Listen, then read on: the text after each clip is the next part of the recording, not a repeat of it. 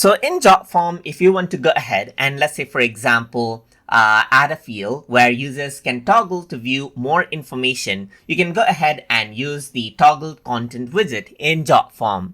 So to go ahead and do that, you can click on Add Element, and then you can go to Widgets right here. And then what you can do is you can go ahead and type in Toggled right here. Then you can see Toggled Content Widget.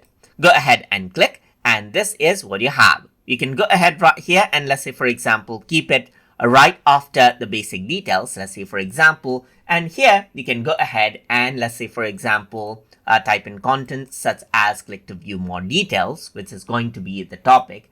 And then what you can do is you can go ahead and add in other details right here below right here, just like this. So now this is what you have, as you can see. So you can see that the status is closed. You can go ahead and keep it open by default as well. But let me just go ahead and click on close, click on update, and then go around over here onto preview form.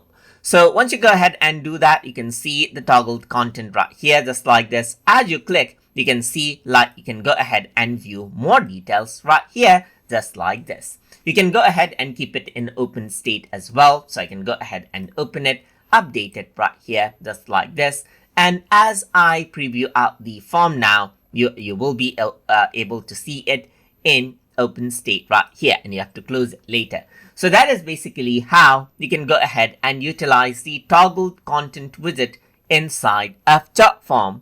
So I hope you guys learned something as always. And as always, please like, comment, share, and subscribe.